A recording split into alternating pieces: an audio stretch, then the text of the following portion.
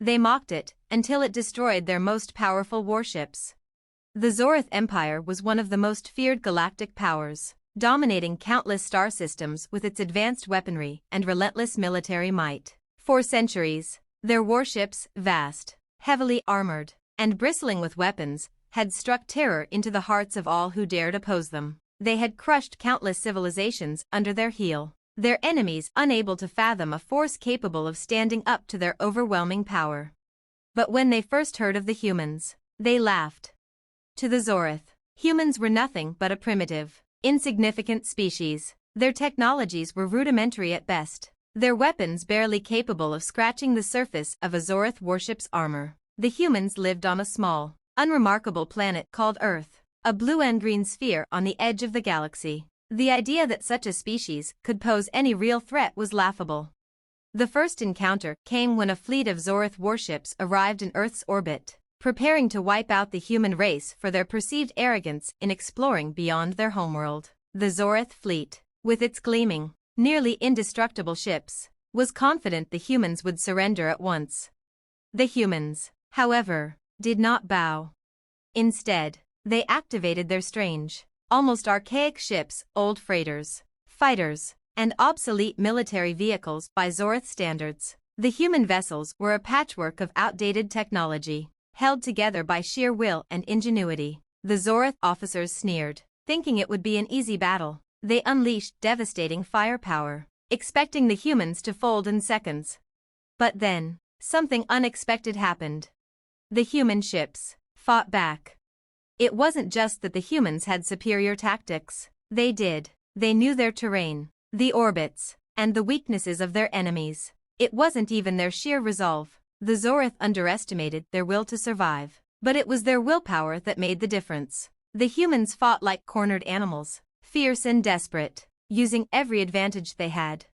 The Zorith quickly realized something they hadn't considered. The humans fought differently. They didn't just attack, they adapted. Every strike on a Zorith warship was carefully planned, exploiting the tiniest flaw in the ship's design. A weak energy conduit here, an exposed power core there. With every shot fired, the humans weakened their enemies. The Zorith soon found themselves faced with the most dangerous enemy they'd ever encountered, one that didn't fight like a soldier but like a species unwilling to go down without a fight. The final blow came when the humans revealed a weapon they had kept secret for years, a weapon the Zorith had never seen before. A massive human warship, a vessel constructed from the combined wreckage of hundreds of ships, appeared on the Zorith scanners. It wasn't pretty, nor was it sleek. It was monstrous, a towering hulk of scrap metal and salvaged tech, powered by an experimental energy core the humans had developed. The ship's sole purpose was to obliterate its enemies in one final stand. The Zorith commanders scoffed at the sight. This thing was their ultimate weapon? They didn't even bother to send a full fleet to destroy it. They sent one of their most powerful flagships to do the job. The flagship, the Oblivion's Might, was the pride of the Zorith fleet, a warship capable of turning entire planets into ashes with its orbital cannons. Surely, nothing could stand against it. But the humans had learned from their mistakes. They knew they couldn't overpower the Zorith in sheer firepower, so they devised something more cunning. The Oblivion's Might engaged the human ship in a fierce battle, firing its powerful weapons from every angle. But the human's hulk of a ship absorbed the hits, its scavenged armor proving tougher than the Zorith had anticipated. Then, the humans launched their attack.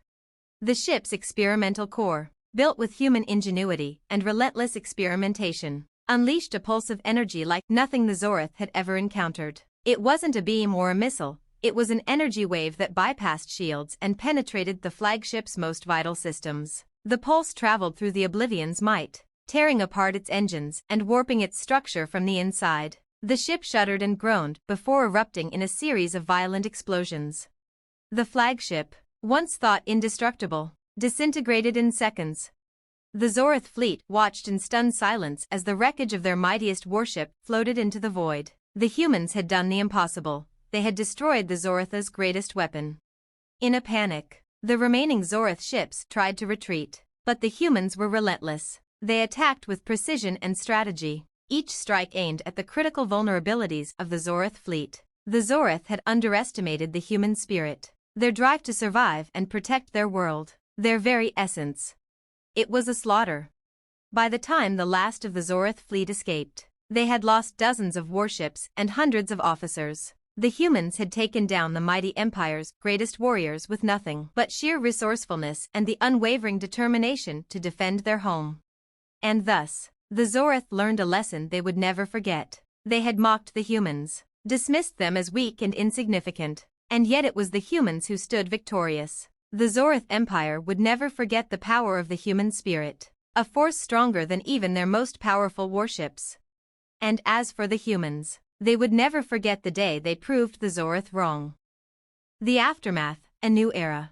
In the wake of their stunning victory, the humans did not celebrate with fanfare or arrogance. They understood that the Zorith Empire was just one of many threats in the vast expanse of the galaxy. The defeat of the Zorith fleet was only the beginning of a new chapter for Earth, one that had transformed humanity from a species struggling to survive into one capable of standing toe-to-toe with galactic powers.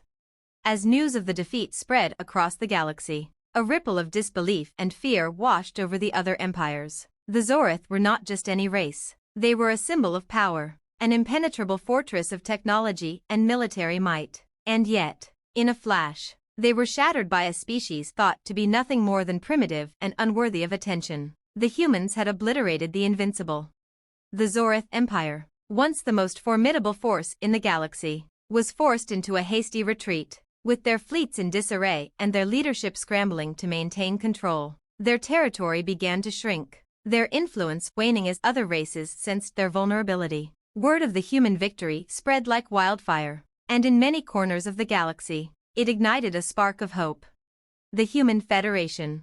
With their newfound strength and confidence, humanity began to consolidate power. What had once been a fractured and divided world, divided by nations and borders, now united under the banner of the Human Federation. Nations that had once fought one another now worked together to defend their home and expand their reach into space.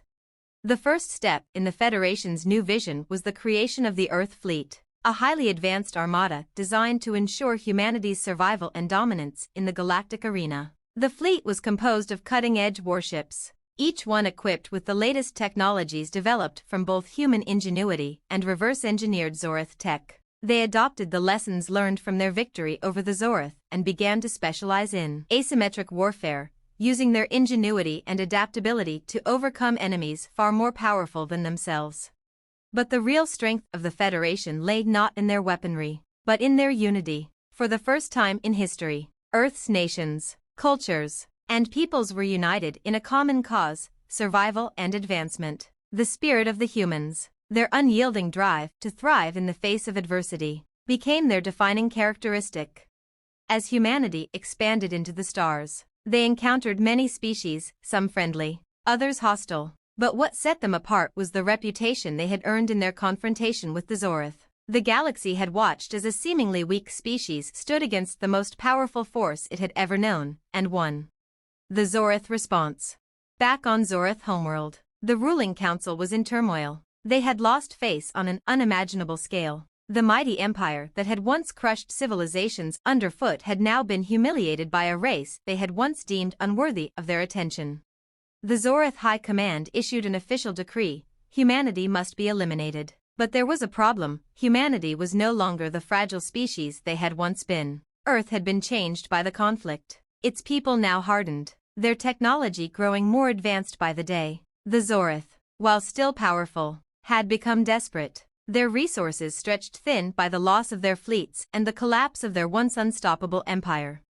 They assembled a new fleet, larger and more formidable than before, and prepared to launch a full-scale invasion of Earth. This time, they would not underestimate humanity's resolve. But what the Zorith did not know was that the humans were prepared. They had studied the Zorith and their tactics, learned from their weaknesses, and developed new technologies that would put their enemies on the defensive. The Battle of New Dawn. The stage was set for the final confrontation, the Battle of New Dawn. The Zorith fleet, arriving in force, cloaked their ships under the cover of deep space. They would strike when humanity least expected it, hoping to catch them off guard. But the humans had anticipated this. They had already deployed their own defense networks, using the debris from previous battles as camouflage. hiding their best ships within the wreckage of fallen enemies. The first wave of Zorith ships came out of the shadows, only to be met with a barrage of new weaponry, pulse disruptors, EMP mines, and cloaking devices of their own. The battle was brutal, a chaotic storm of energy blasts and orbital strikes. But the Zorith quickly realized that the humans were no longer the underdogs. Their technology had evolved exponentially, and their tactics were more sophisticated than ever before. The Zorith flagship, Oblivion's Might, the very same warship that had once crushed so many civilizations, was now the primary target. But this time, it was no longer the epitome of invincibility. The humans knew exactly where to strike. As the battle raged, a group of elite human fighters, led by the fleet commander, managed to infiltrate the Zorith flagship. They planted a series of energy disruptors along its critical systems and took out its core. The flagship exploded in a brilliant flash, signaling the end of the Zorith's final push. Their fleet was shattered. The Zorith Empire, broken and on the brink of collapse, had no choice but to retreat once again, leaving behind only the ashes of their once mighty warships. A new dawn for the galaxy. With the Zorith defeated once more, humanity stood on the brink of a new era. The Human Federation, now a force to be reckoned with, was ready to expand its influence across the galaxy. Other civilizations, once hesitant to engage with the humans, now sought to form alliances, offering trade, technology, and knowledge. The humans, however, had learned a valuable lesson. Strength came not only from technology, but from unity, resolve, and the spirit of survival. They would never again take their place in the galaxy for granted, and they would always stand ready to defend their world, no matter what challenges came their way. As the stars beckoned, humanity looked to the future, no longer as a species on the fringe of galactic history, but as a force that could shape the destiny of the universe. And they would make sure the galaxy never forgot the day they had destroyed the greatest warships of the most powerful empire to ever exist. The humans were here to stay. The rise of the human legacy. In the years following the defeat of the Zorith, humanity's expansion across the galaxy was swift and deliberate. The Zorith Empire, once a fearsome power that controlled vast sectors of the galaxy, was now reduced to a shadow of its former self. The once proud race had to retreat into their remaining territories, regrouping, but their influence had been irrevocably shattered.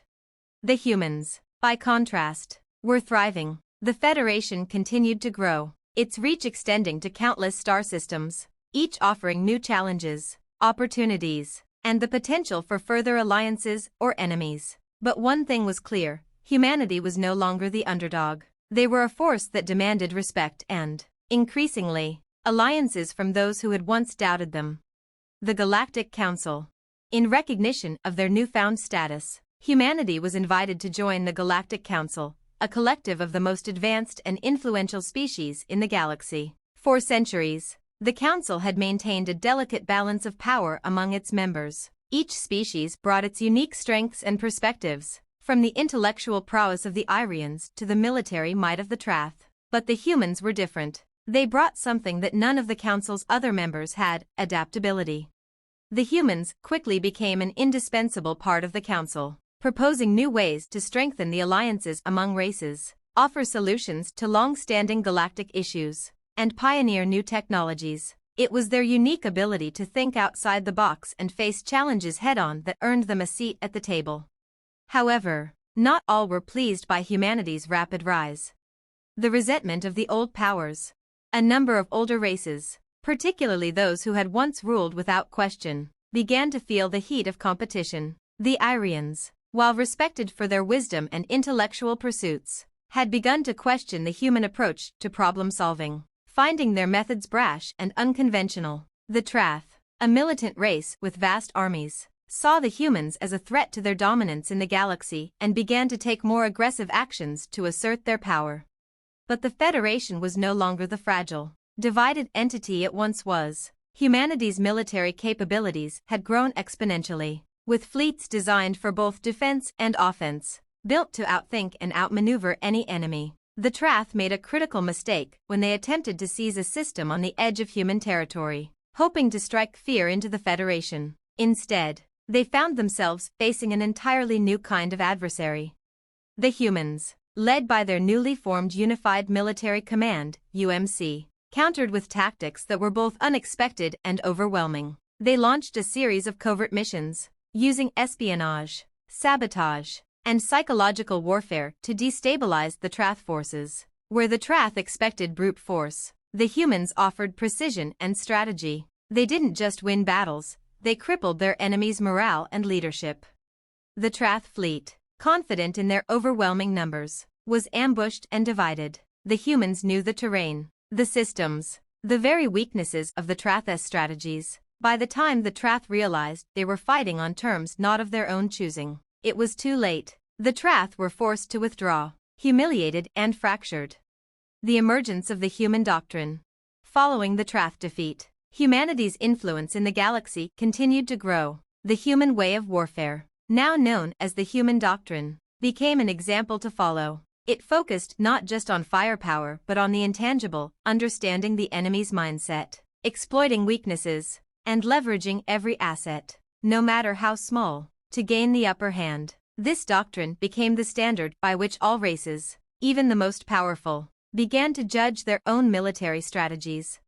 But the most unexpected consequence of humanity's rise was the spread of their culture, humanity's creativity. Their stories, their music, and their philosophy began to touch the hearts of species across the galaxy. Art and literature, once dominated by other civilizations, began to include the human perspective. The values of exploration, innovation, and resilience were being embraced by other races. In a galaxy once dominated by rigid and highly structured societies, humanity's fluid and dynamic culture was a breath of fresh air. The Zoratha's last gamble. Not all races, however, were willing to accept the humans' rise to power. The Zorath, humiliated time and again by their defeat, were not ready to admit their downfall. A faction within their species, those who refused to accept the loss of their empire, began secretly gathering resources. They began to plan a final act of vengeance, a way to restore their shattered pride and once again show the galaxy that they would not be overshadowed by a species they had once mocked. This faction, calling themselves the Zorath Reclamation, began to build a new weapon, a device capable of devastating entire systems in one fell swoop. They forged alliances with other disgruntled races, hoping to unite their forces to strike at the heart of the human federation. The Zorath Reclamation, however, underestimated one key factor: humanity's ability to adapt and anticipate. The Federation had spies within the Zorath remnants. The humans had learned the hard way not to underestimate their enemies, and they were not about to make the same mistake twice. The final confrontation. The Zorath Reclamation's weapon, the Abyss Cannon, was a terror unlike any the galaxy had seen. The weapon, still under construction in a distant sector, was designed to fire a concentrated beam of energy that could collapse entire stars and cause supernova-level destruction. The Zorath hoped that by using the weapon to destroy a human colony, they would cripple the Federation's resolve and instill fear across the galaxy. But humanity was ready. With the help of their allies, the Federation launched a covert mission to infiltrate the Zorath stronghold and destroy the Abyss Cannon before it could be completed. A team of elite operatives, led by Commander Kara Nash, infiltrated the heavily fortified Zorath facility. They faced unimaginable dangers, from alien traps to deadly Zorath soldiers. But their mission was clear: destroy the weapon and stop the Zorath once and for all. In a tense, high-stakes battle, the Federation team managed to disable the Abyss Cannon, but not before a final confrontation with the Zorath leader, who revealed the depths of his hatred for humanity. Despite his threats and taunts, it was clear the Zorath Reclamation had lost. The Abyss Cannon was destroyed, and the final remnants of Zorath military power were crushed. The new galactic order. With the destruction of the Zoratha's last hope for revenge, humanity stood as the galaxy's unchallenged leader. Not by sheer strength alone, but through unity, intelligence, and an unbreakable will to survive. The Federation's influence stretched across hundreds of systems, and their alliances with other species grew stronger every day. The rise of humanity had become a legend, a tale of how a species once on the brink of destruction had risen to challenge the greatest empire in the galaxy and, against all odds, emerged victorious. And as they looked out into the stars, humanity knew this was just the beginning. The universe was vast, and countless opportunities awaited. But one thing was certain: the legacy of Earth and its people would echo throughout the galaxy for generations to come. The humans had proven one undeniable truth: they would not be underestimated again. The dawn of the human empire. With the Zorth and Trath defeated, and their former enemies either subdued or in retreat, humanity now stood at the helm of the galaxy. The Federation, once a fledgling alliance, had evolved into a mighty force with its eyes set on expanding not just within their own borders, but across the stars. Their rise was no longer just a tale of survival, it was now the story of dominance. Earth, the cradle of humanity, had become the capital of a new galactic empire, and the Federation's influence stretched to hundreds of systems, each governed by human ideals of fairness, justice, and freedom. Humanity had brought with them the idea that power wasn't merely a product of military might, but of unity, cultural exchange, and mutual respect. But not all were content with the swift ascent of the human race. As the human empire flourished, old factions within the galaxy, those who had once thought themselves untouchable, began to take notice. Their resentment brewed. The coalition of old powers. Among these old factions, a coalition began to form. Races that had once dominated the galaxy, including the Trath, Irians, and the remnants of the Zorth, began meeting in secret. They formed an alliance, calling themselves the Coalition of the Old Powers. The coalition was made up of races that viewed the rise of humanity as a direct threat to the traditional balance of power. They were not interested in negotiating or seeking alliances with humanity. Their goal was simple: to reclaim their lost dominance and put humanity in its place.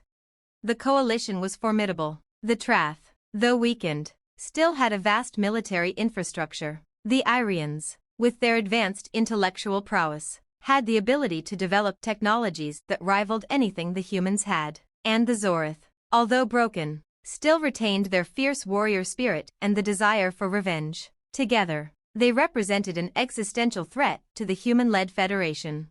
The First Galactic War. The tension between the Federation and the coalition of the old powers finally erupted into open conflict, the First Galactic War. The humans, having learned much from their previous battles, were not caught off guard. They had fortified their defenses, expanded their fleets, and formed alliances with races who had once been on the periphery of galactic politics. These races, seeing the benefits of allying with humanity, lent their forces to the Federation's cause. The war was brutal and far-reaching. It spanned across multiple star systems, with entire worlds caught in the crossfire. The coalition's combined strength was a formidable foe, but humanity had something that set them apart: the ability to fight not just with weapons, but with strategy, intellect, and innovation. The coalition launched a series of attacks, hoping to cripple human infrastructure and destroy the Federation's resolve. They targeted key colonies, hoping to spread fear and chaos. However, the humans had learned from their past encounters. They had prepared for this moment. Instead of retreating or responding in kind, the Federation's forces fought back with calculated precision. The human doctrine of warfare, based on adaptability and psychological warfare, was unleashed on a grand scale. The coalition's fleets, once unstoppable, began to fall apart. Humanity used every trick in the book: misdirection, decoys, electronic warfare, to wear down their enemies. They even infiltrated the coalition's ranks, turning former allies against each other and sowing distrust within their ranks. The turning point, the Battle of Titanes. The decisive battle of the war came at Titanes, a strategically important moon that orbited a gas giant in the outer rim. The coalition had amassed a massive fleet, intending to strike at the heart of the Federation's defenses. The humans, anticipating this move, set a trap. The Battle of Titanes was a bloody conflict. The coalition's forces, confident in their superiority, charged headlong into a fight they thought they would win. But the humans, led by Commander Olivia Grant, executed one of the most brilliant military strategies ever seen. They lured the coalition into a series of narrow asteroid fields, where their larger ships couldn't maneuver effectively. Human ships, nimble and highly maneuverable, took full advantage of the terrain. The battle saw some of the fiercest combat the galaxy had ever known, but the humans emerged victorious. They destroyed or captured most of the coalition's fleet, and with the loss of Titanes, the coalition's grip on the galaxy weakened. The Federation had once again proven its resilience, and the once proud old powers of the galaxy had been humbled. The aftermath, a new galactic order. The war was over, but the scars of the conflict remained. The coalition was fractured, its former members retreating into their respective territories. The once mighty Zorith Empire, its forces broken and scattered, disappeared into the farthest reaches of space. The Trath, though still a force to be reckoned with, were no longer the dominant military power they once were. The Irians, while still a respected race, began to question their own arrogance, having underestimated the humans time and again. But for humanity, the war was a turning point. They were no longer merely survivors, they were the architects of a new galactic order. The Federation had not just won a war, they had solidified their place as the preeminent power in the galaxy. Their vision of peace, cooperation, and progress became a beacon for many who had suffered under the oppression of the old powers. And so, the human empire was born, not through tyranny, but through unity and strength. Their once small world had become the beating heart of a vast empire that spanned the stars. Earth, now the capital of the human empire, was no longer just a planet, it was a symbol of what humanity had accomplished and what they could accomplish in the future. The legacy of humanity. As humanity's empire expanded, they ensured that the lessons learned from their past, lessons of unity, resolve, and adaptability, were passed on to future generations. They were no longer the underdogs, the species who had to fight to survive. They had become the standard by which all others were measured. Yet, the human spirit remained humble. Despite their dominance, they were careful not to repeat the mistakes of the empires that had fallen before them. The Federation's leaders were not tyrants, but representatives of the people, working to ensure that the rights and freedoms of all species were upheld. They were guided by the principles of fairness and justice, knowing that their true strength lay not in their warships, but in the strength of their collective will. And so, as humanity's ships sailed into the unknown reaches of the galaxy, they did so with the knowledge that they had not only changed the course of galactic history, but had begun to forge a future where no one, no matter how small, how weak, or how young, would ever again be mocked for their potential. The galaxy had learned the greatest lesson of all: never underestimate humanity. The story of their rise would echo for eons, a tale of triumph, of hope, and of a species that refused to be extinguished, no matter the odds. And in the farthest reaches of space, the stars would forever remember the name of Earth, the cradle of a people who had shattered the old order and ushered in a new era for the galaxy. The human empire had arrived, and the galaxy would never be the same again. The age of expansion, a new dawn for the empire. The human empire, now firmly established as the galaxy's most influential power, continued its rapid expansion. The Federation's military might, diplomatic acumen, and cultural influence paved the way for a new era of galactic prosperity, an era in which the ideals of humanity were becoming the standard across the stars. But expansion brought with it new challenges. The galaxy, vast and unpredictable, held mysteries and dangers that no one could have foreseen. While the Federation's military was the strongest in the known universe, there were dark corners of space where even their most advanced ships and strategies could not protect them. The most notable challenge came from an unknown alien race, the Vokran. They were a race of enigmatic, highly intelligent beings, unlike anything humanity had encountered before. The Vokran's technology was light years ahead of anything the humans could comprehend, and their motives were shrouded in mystery. They did not conquer. Instead, they observed and analyzed, waiting for the moment when they would reveal their true purpose. The Vokran made their presence known on the fringes of Federation space, launching unprovoked attacks on human colonies and military installations. Their ships were nearly invisible, using technology that made them appear as if they were nothing more than dark energy against the backdrop of space. Each attack left little trace, with their forces vanishing into the shadows before humanity had time to retaliate. The Vokran incursion, a new threat. The Vokran's sudden and mysterious incursions created a sense of unease throughout the Federation. Humanity's leaders, for the first time since their rise, found themselves uncertain of how to proceed. The Zorith, the Trath, and the remnants of the coalition had all been challenges, but they were predictable. The Vokran, however, were not. Their attacks were precise and calculated, as if they were testing the human resolve. Commander Olivia Grant, now one of the most revered leaders in the Federation, was tasked with investigating the Vokran threat. She assembled a team of the best minds the Federation had to offer, including leading scientists, strategists, and engineers. The goal was clear: find out who the Vokran were and how to stop them before they could destroy everything humanity had built. The investigation revealed unsettling truths about the Vokran. They were not conquerors or invaders in the traditional sense. They had been watching humanity's rise for centuries, studying them in secret. The Vokran had never interfered with the galaxy's major powers because they believed in something humanity had come to understand: growth through adversity. But with humanity's sudden dominance over the galaxy, they saw something they had never anticipated: a species so capable, so adaptable, that it might threaten the delicate balance of power they had observed for millennia. The Vokran, in their cold, calculating way, had decided that humanity must be tested. They did not intend to destroy humanity, but they would push them to their limits, testing their ability to adapt, evolve, and rise above the challenges before them. The trial of humanity. The Vokran's attacks continued, each one more devastating than the last. They hit Federation military bases, key industrial hubs, and vital civilian colonies. But the humans responded with the same ingenuity and determination that had seen them through their previous trials. They adapted, deploying new technologies and strategies faster than the Vokran had anticipated.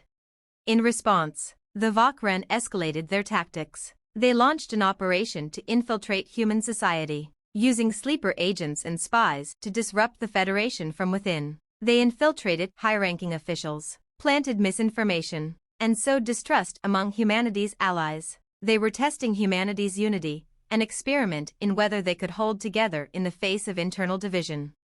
Commander Grant and her team were not fooled. They realized that the Vokran's true goal was not to annihilate humanity, but to challenge them, to see if humanity could endure without falling into chaos. They were being tested on the very ideals that had made them strong: resilience, adaptability, and the ability to unite in the face of adversity.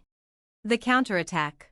Humanity responded to this challenge as they always had, by confronting it head-on. The Federation, with its network of allies, launched a counteroffensive against the Vokran. But this time it was different. It was not just a war of military might. It was a battle of ideas and strategy.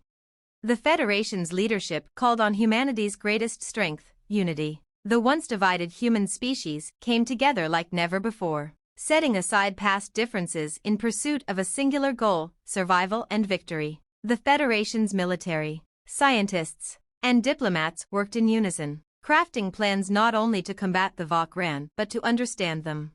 The human military developed new cloaking technologies, designed to make their ships invisible to the Vokran's advanced detection systems. They created countermeasures that disrupted the Vokran's ability to manipulate energy, rendering their most powerful weapons useless. Most importantly, they adapted their strategies, learning from each encounter with the Vokran and rapidly evolving. The Battle of the Silent Void. The culmination of humanity's efforts came in the Battle of the Silent Void, a massive conflict that took place in a remote part of the galaxy. The Vokran had drawn the Federation into a trap, using their cloaking technology to surround them with a fleet of unimaginable size. The battle was a game of wits, with both sides using every trick at their disposal to outsmart one another. But humanity's resolve and adaptability proved to be their greatest weapon. Through sheer determination and teamwork, they lured the Vokran into a trap of their own. They used the very same technology the Vokran had developed to turn the tide, rendering the Vokran's fleet visible and forcing them into a direct confrontation. The battle was fierce, with both sides sustaining heavy losses, but humanity's unbreakable spirit ultimately prevailed. The Vokran, seeing that humanity had passed their test, withdrew into the unknown reaches of space, leaving the Federation to rebuild once again. The legacy of the Vokran. With the Vokran's departure, humanity was left with a profound lesson. They had been tested in ways they never expected, challenged not by brute force but by intelligence, adaptability, and unity. The Federation had proven that, no matter the odds, humanity would always rise to the challenge. The Vokran, though they had threatened humanity's survival, had also inadvertently strengthened the Federation. They had pushed humanity to evolve faster than they ever thought possible. The humans were no longer just the survivors of their galaxy. They were the architects of their future. In the years that followed, humanity and its allies turned their attention to the stars once again, this time with the knowledge that they had been tested, and that they were worthy of the title they had fought so hard to achieve. The human empire, united in purpose and bound by their unyielding will to succeed, continued to grow, and as they looked to the future, they knew that no matter what challenges lay ahead, they would face them together, stronger than ever before. The galaxy had learned a lesson that would echo throughout the stars for centuries to come. Never challenge humanity, for they will always rise. The Peacekeepers, protecting the galaxy from within.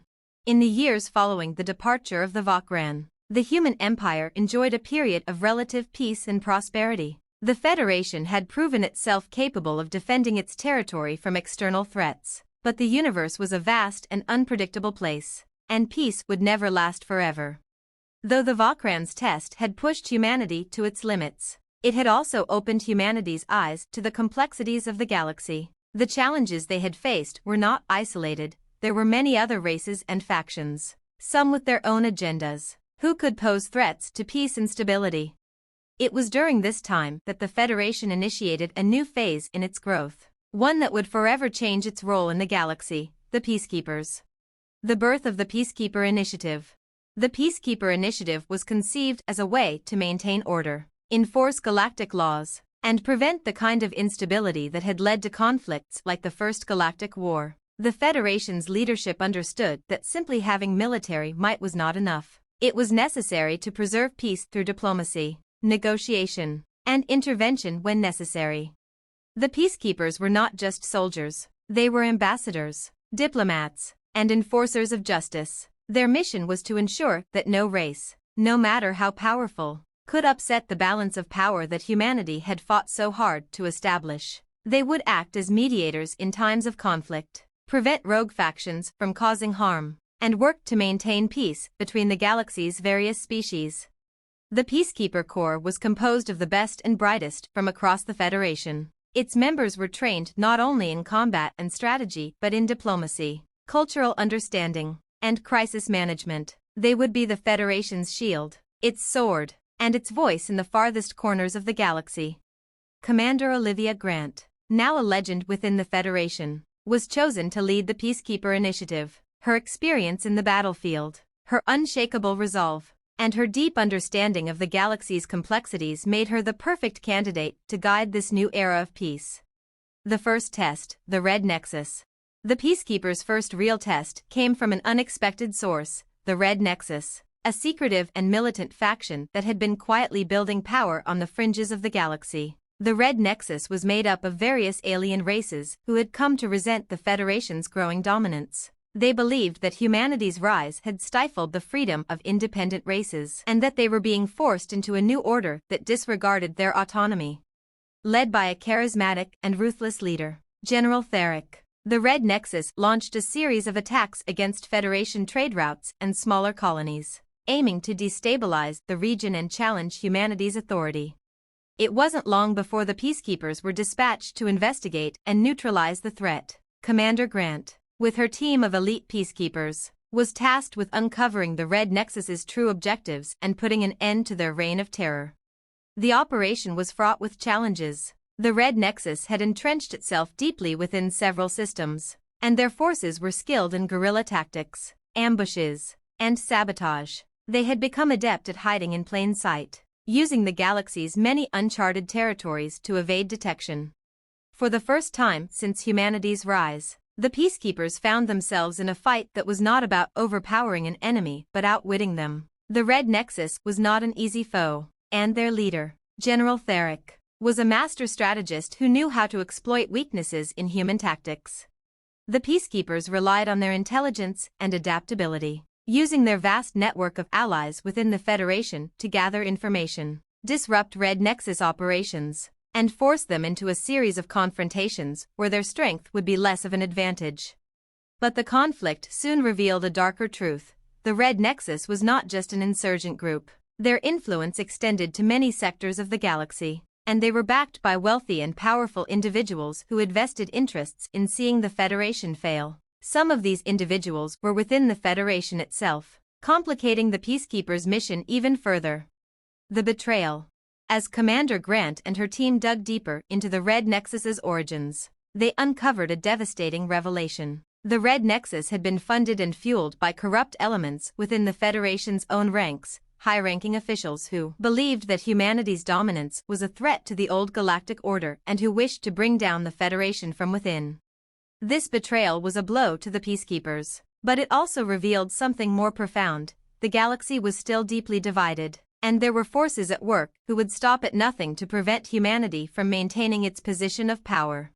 Commander Grant, however, was no stranger to betrayal. She understood that the future of the Federation depended on ensuring that its enemies, both external and internal, were exposed and neutralized. The Peacekeepers launched a full-scale operation to infiltrate the Red Nexus and root out the traitors within the Federation. The operation was long and grueling, filled with covert missions and dangerous confrontations. But in the end, the Peacekeepers succeeded, unmasking the corrupt officials and exposing the full extent of the Red Nexus's web of deceit. General Theric was captured, but not without a final confrontation. He taunted Commander Grant, claiming that humanity's power would ultimately corrupt it, just as it had corrupted those within the Federation. Yet Grant stood resolute, knowing that the actions of a few individuals did not define the entire empire. With the Red Nexus dismantled and its conspirators exposed, the Peacekeepers had not only secured the Federation's borders but had reaffirmed the strength of humanity's ideals, justice, unity, and the will to stand against the forces of chaos and corruption. A new era of peace and prosperity. In the aftermath of the Red Nexus conflict, the Peacekeepers became a symbol of the Federation's commitment to ensuring peace and justice across the galaxy. The Federation's leaders recognized that with power came great responsibility, and they began to strengthen the laws that protected the freedoms of every species within their borders.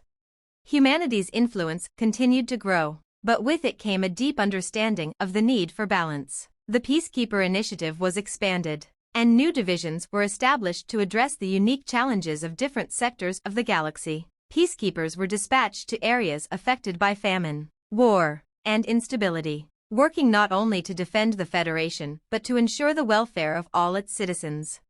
The Federation's influence continued to spread, but now, more than ever, humanity understood that their power was not just about dominating the stars, it was about guiding others toward a better future.